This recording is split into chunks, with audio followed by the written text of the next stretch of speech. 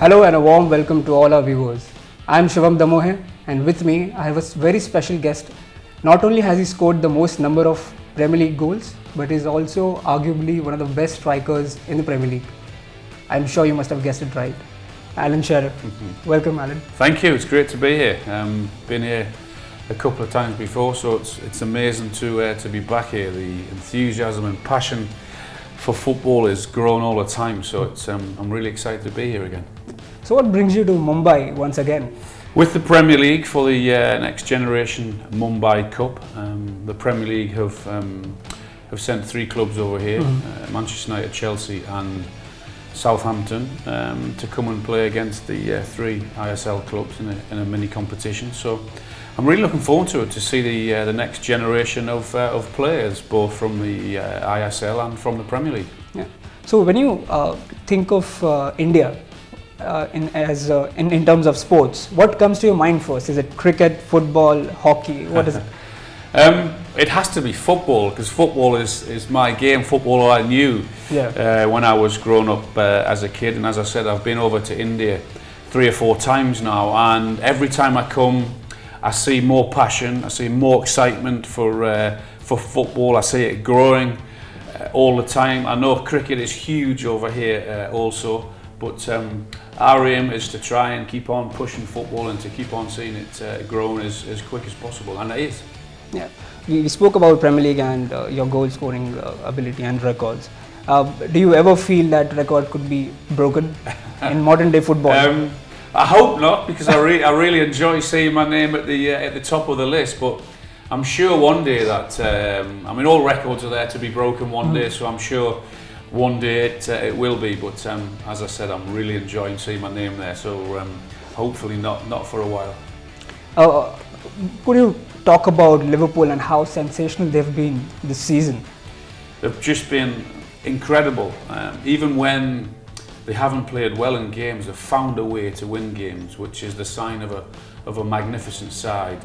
And some of the football that they've played defensively, I know they conceded 2 the other evening against West Ham, but for the vast majority of the season, in every position they've been sensational. When you consider what happened to them last season and losing 1 game and not winning the title, for them to have the mentality to come back this season and go on again, not losing a game up to now, and some of their performances, as I said, have just been phenomenal. Yeah. What about Manchester City? They've been in the headlines for the good reasons and also the bad reasons. How will the Champions League ban affect the club? Well, we'll have to wait and see, because they're adamant that they will be proven innocent, so they're going to appeal, and you can see how angry they are in the statements that they've put out. But there's no doubt if the ban is upheld, then it will affect the football club.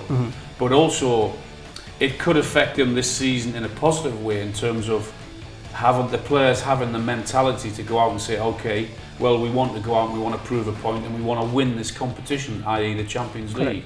So that could have an effect that way. If you were Pep Guardiola in this situation, what would you do?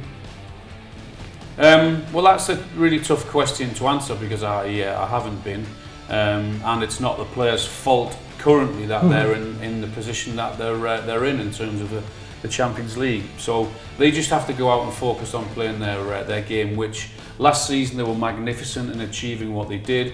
This season Liverpool have just been that much better than them, but still in the Champions League, still in the Carabao Cup final, still in the FA Cup. Yeah. So it's still all to play for them. Yeah. Talking about the other half of Manchester, is he the right man to lead a club like Man United? Well, they've given themselves a very good opportunity of getting into the top 4, which has to be their aim. Spent a lot of money at the beginning of the season, bringing centre half in, bringing a right back in. Spent a lot of money now in January in bringing Bruno Fernandes in, who's hit the ground running, who's been really impressive in the games that he's played. But I think if they could get into the top 4 this season and build again in the summer, then that would be a successful season for them in terms of where they have been. Absolutely. Amid all the transfer rumours, Paul Pogba is in the limelight once again, and what would be one advice you would give to Paul Pogba, being a star midfielder for Man United? To do his talking on the football pitch. He's been injured a lot this season, hasn't played as much as he or the club would have wanted him to, so he has to get fit and has to get out and play and go and help his team to get results. About the other managers in the league, you have Jurgen Klopp, who's been fantastic, and you've had Frank Lampard too.